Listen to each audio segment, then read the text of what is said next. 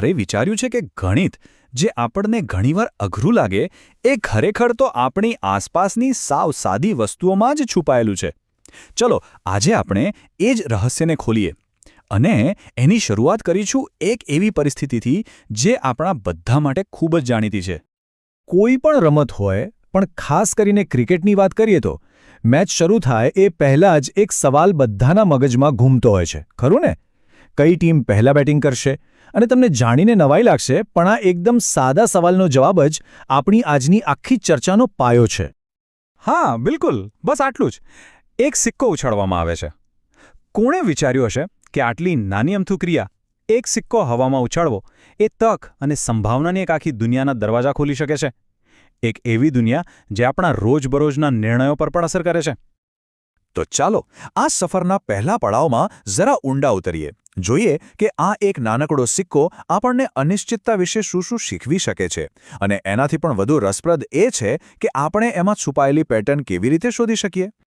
જુઓ, જ્યારે પણ સિક્કો હવામાં ઉછળીને નીચે પડે છે ને, ત્યારે ખાલી હેડ્સ કે ટેલ્સ નથી આપતો, એનાથી કંઈક વધુ આપે છે. એ દરેક વખતે આપણને માહિતીનો એટલે કે ઇન્ફોર્મેશનનો એક નાનકડો ટુકડો આપી રહ્યો છે, અને આ જ માહિતી એ તો એક પ્રકારનો કાચો માલ છે જે આપણને આ અનિશ્ચિતતાથી ભરેલી દુનિયાને સમજવામાં મદદ કરે છે.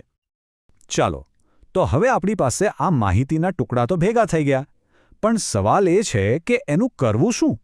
વેલ, અહીંથી જ તો આખી વાતની ખરી મજા શરૂ થાય છે. એકદમ સાદા શબ્દોમાં કહીએ ને તો ડેટા એટલે શું? બસ આપણે જે હકીકતો ભેગી કરી એ. જેમ કે આપણા કિસ્સામાં દરેક વખતે આવેલી છાપ કે કાંટ એ માહિતીનો એક ભાગ છે, અને જ્યારે આપણે આવા ઘણા બધા ભાગોને એકસાથે ભેગા કરીએ ને ત્યારે એ બની જાય છે એક ડેટા સેટ. પણ શું થાય જો આપણે આ પ્રયોગને થોડો મોટો બનાવીએ? માની લો કે સિક્કો એકવાર નહીં પણ 100 વખત ઉછાળીએ તો શું થશે? શું પરિણામો હજી પણ એમ જ રેન્ડમ એટલે કે માત્ર એક સંયોગ જ લાગશે, કે પછી એમાંથી કોઈક રસપ્રદ પેટર્ન જોવા મળશે? 100 વખતના પરિણામો એને એક પછી એક જોવા બેસીએ તો કંટાળો આવે. તો આટલી બધી માહિતીને એક નજરમાં કેવી રીતે સમજવી? જવાબ છે આ રીતે. એક જ ચિત્ર, એક જ ચાર્ટ, અને તરત જ આખી વાત સ્પષ્ટ થઈ જાય છે. 100 ઉછાળામાંથી પરિણામો લગભગ અડધા છાપ અને કાંટ વચ્ચે વહેંચાયેલા છે. રસપ્રદ નહીં? ઓકે, તો હવે આપણે આપણી ચર્ચાના એકદમ કેન્દ્રમાં પહોંચવા માટે તૈયાર છીએ, અને એ છે તક અને સંભાવના. આ માત્ર ગણિતના શબ્દો નથી. આ એવા શક્તિશાળી વિચારો છે જે આપણને ભવિષ્ય વિશે, જે હજી બન્યું નથી, એના વિશે અર્થપૂર્ણ રીતે વાત કરવાની તાકાત આપે છે. જરા વિચારો, આપણા જીવનમાં એવી કેટલી વસ્તુઓ છે જે ચોક્કસપણે થશે જ, અથવા ક્યારેય નહીં બને? બહુ ઓછી, ખરું ને? મોટાભાગનું જીવન તો આ બે છેડાઓની વચ્ચે જ ચાલે છે. કંઈક થઈ પણ શકે અને ન પણ થાય. અને બસ આ વચ્ચેની જે જગ્યા છે ને, ત્યાં જ સંભાવનાનો ખેલ શરૂ થાય છે.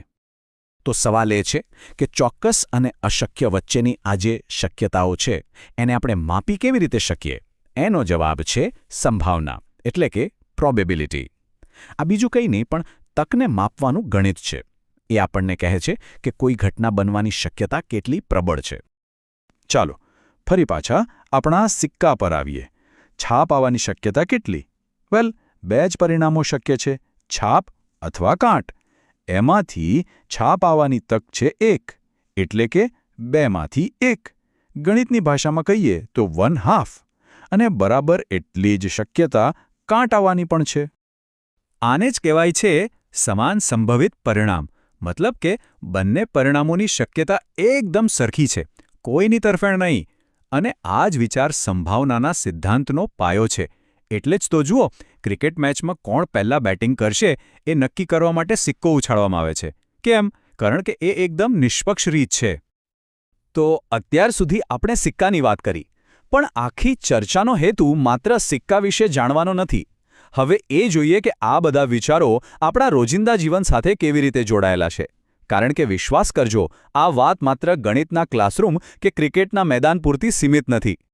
ક્યારે વિચાર્યું છે કે હવામાન વિભાગ જ્યારે કહે છે કે વરસાદની 70% શક્યતા છે, તો એનો અર્થ શું થાય? અથવા સ્પોર્ટ્સ એનાલિસ્ટ જ્યારે કોઈ ટીમની જીતવાની તકો વિશે વાત કરે છે, આ બધું શું છે? આ બધું સંભાવના છે. એટલું જ નહીં, તબીબી નિદાનથી લઈને ગાડીના વીમાના પ્રીમિયમ સુધી અને હા, લોટરીની ટિકિટ સુધી દરેક જગ્યાએ સંભાવનાનું ગણિત જ કામ કરી રહ્યું છે. તો જોયું, આપણે ક્યાંથી શરૂઆત કરી હતી? એક સાધારણ સિક્કાના ઉછાળાથી. અને ત્યાંથી આપણે માહિતી ભેગી કરતા, એને ચાર્ટમાં જોતા અને છેવટે આપણી આસપાસની દુનિયામાં છુપાયેલી સંભાવનાને સમજતા શીખ્યા. એક સાવ સાદી ક્રિયાથી શરૂ થયેલી સફર આપણને કેટલી જટિલ આગાહીઓ સુધી લઈ આવી.